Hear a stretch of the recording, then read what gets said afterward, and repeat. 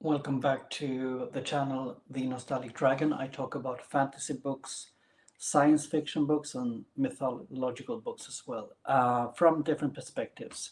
I also talk about the overlap between different genres. It could be video games and it can be board games, which also portrays and tells the stories, fantastical stories, and the stories that touch our souls deeply. Today, I'm going to talk about the social realism that maybe or maybe not can be found in fantasy. With social realism, I mean literature that explores and explains the injustices of society or the situation for the downtrodden, so to speak, or highlight different aspects of an unfair society and the everyday life of that. What does it mean for the ordinary man and the those who are not part of the nobility? There is an aspect in fantasy that describing nobility is very popular. This is changing, I think, with the modern fantasy. I have some examples and books I would like to discuss with you. And the books I have is Joe Abercrombie's The Blade Itself. I have the Game of Thrones, George R. R. Martin, and I also have Witcher, an odd one maybe in this discussion, and that I have with you, and also Stephen Erickson, Dead House Gates, and it could be Gardens of the Moon. I just chose this because I really, really love the cover. Um, as I start with the if we look at classic fantasy, it seems if we take Narnia and if we take Lord of the Rings, for example, it's mostly about the, I say nobility, but the upper class. I think all of them in the fellowship are upper class. You can correct me if I'm wrong. They are part of the nobility. They have a heritage, a lineage. Maybe the one that is sticking out a bit is Aragorn, because we don't know that from the start. I assume you have seen the movie or read Lord of the Rings. If we look at the Game of Thrones, for example, we have also people that are from mostly, I would say, the high end of society, although um, I would say that Jon Snow, for example, who is a bastard and his origin is a bit unknown, I would say from the beginning, I don't want to spoil that for you, is a different person there. And you also, of course, if we talk about Jon Snow, you have all those people who has been sent to the wall for different reasons, and you have those people beyond the wall as well. That seems more like tribal people to me, rather than some kind of civilization-esque nobility, for example. Also in Game of Thrones, if you read the books and if you watch the HBO TV show, you will see that in King's Landing, for example, the poor are portrayed maybe from a distance, because it's usually when, for example, Queen Cersei, right, is walking in the streets and meets the ordinary people in different ways. Sometimes they are cheering, sometimes they are very, very angry, obviously. I think she also meets poor people in one of the scenes, both in the book and in the movies, which is very interesting because it shows her, being very, very distanced from the reality of the ordinary people in society. So I think Game of Thrones has this perspective, you could say, in a way, especially maybe not from the story itself, that is much more focused on the high end of society, but I think the descriptions of the and the world building of Game of Thrones, for example, are portraying these class aspects. As you might know, I think it's the War of Roses that is the one of the inspirations for George R. R. Martin as well. So that's a thing. Of course, you cannot focus totally on the aspects of class, so to speak, or social injustice, but still in Game of Thrones the focus is on the upper end. Maybe you have another opinion and maybe are more well versed than me in Game of Thrones. But through world building and so on, I think they managed to picture that. And another book that is actually picturing that, I think, is The Blade itself with Joe Abercrombie. You have all these people. I haven't finished this trilogy yet, but Logan Nine Fingers, we have the Inquisitor Glokta, although not from the low end of society, but I think Glokta here is interesting. He has a well-respected position in society, but he is a torturer. And even if that comes with him being part of the upper end or the high end of the society, it's still a job, I suppose, that is not associated with something like that. So I think the profession that he has is interesting from a you could say social realist perspective. I also think that the situations that many people are put into in the Abercrombie's books also have social realistic perspectives. However, I don't think you really can find this, really deliberate intent to show that. It's one of the books here I have here that I think do that, but mostly Game of Thrones and also the Blade itself is, it's a bonus that they have this perspective, I think. Another book I have here is The Witcher, Blood of Elves, and I think the book mainly focuses on as well on the high end of the society, but I don't know everything about Geralt of Rivia. He seems like he's not from that part of society. It feels like his story is written in opposition to the, let's say, nobility. I think the world building portrays people who have, a tougher life, ordinary circumstances, especially people who ask him for help. It's also interesting which people he chooses to help as a Witcher and which people he doesn't help. I think this becomes even more obvious when you play the video game Witcher 3, which I have here.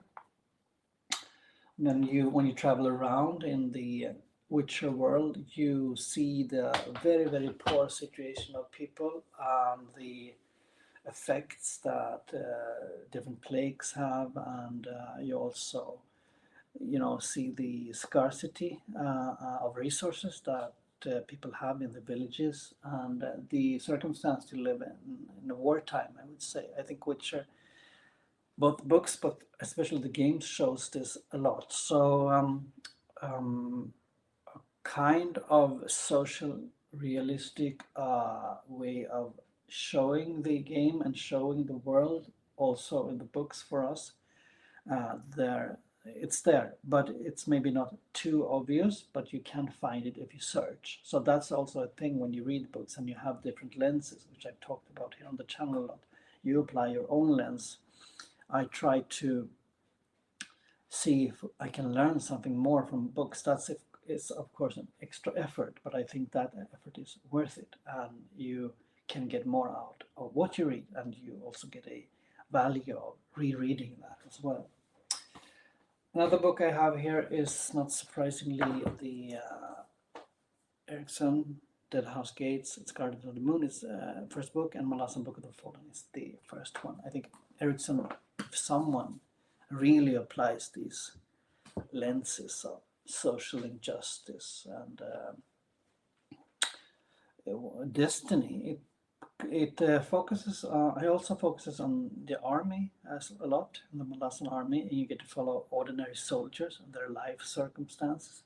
If it's social realism in that sense, as I described in the beginning, I'm not sure.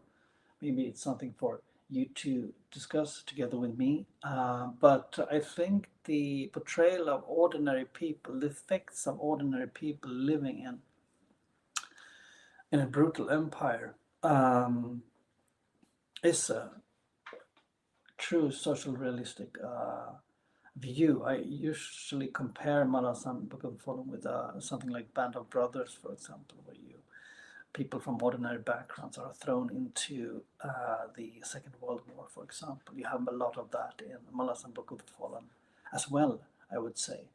You also have the fact that people come from different parts of society. There are obviously many people who are downtrodden and come from the lower end of society and makes their journey in Malasan Book of the Fallen. But you also have people from the high end of society making their journey, and they can be displaced as well. That's the case with Felicin, for example. I think the Tavore family is very interesting when it comes to that. They are no doubt high end, but they are put in different contexts with Ganos, Paran, and Felicin, and Tavore. So that is very interesting. So I think social realism can be portrayed not only through showing the poor, that's the academic definition as I understand it, but it can be to portray different life journeys for people who once were high end and now has been displaced, so to speak. There are also many themes in Malasan Book of the Fallen that touches upon social realism. I think the Midnight Tides, for example, that focuses a lot on capitalism. I think a lot of critique, as I read it, to that. There is also in House of Chains the focus on civilization and what that is. I think that's an important theme as well. Social realistic or not, it has this thing that makes you think critically about civilization, how economy is organized. I think it also has the really true perspective of the tribal situation in Malasan world, but maybe also in our real world as well. And since we can follow certain individuals, it makes up for this, I think, social realistic approach. And there are many, many tragic stories in Malasan Book of the Fallen, people you really root for. And sometimes it goes well, sometimes it goes not well at all. So I think actually Erickson is the best one. I haven't really read R. Scott Bakker yet, so if you have, please tell me. Are there some social realistic angles in his books? I think when it comes to the books of, especially The Witcher, it's more like trying to find something there. But I think actually there is some perspectives there, as I told you. And when it comes to the Game of Thrones, there is obviously some things about that, but I would like to see more of social realistic fantasy. If you have tips for me about that, please tell me and share it in this very small but still a community. Another thing that is almost like books is CRPGs, and here is the Pillars of Eternity, which I'm playing a lot, and you're in a city here called Neketaka, I think it's called Neketaka. And that city is interesting because it has this, you have the upper class, and then you have a part of the city which is for the downtrodden, for the outcasts of society. And you can take active choices to actually help those. I think it's called the gullet. You can actually help those people. You can choose not to if you don't want to. So sometimes maybe actually games are better at portraying these things about injustice and unfair situations in society, and also economical differences. And there you also have an active choice to do something. You can of course find characters in books that you like and really root for them, but you cannot make their choices. That thing you can actually do in a game. So from that perspective, maybe that's a stronger incentive to raise our, you could say, awareness of um, issues that are important for many people in society. I played a lot of games lately about, you could say, maybe, yeah, I would say critique against how our society is organized. I played Citizen Sleeper, cyberpunk game. I really recommend it. It's not really cyberpunk in that way, you're in a cyberpunk world, but you also have to work every day to get your money or help people to get money so they can buy food. People have short time jobs.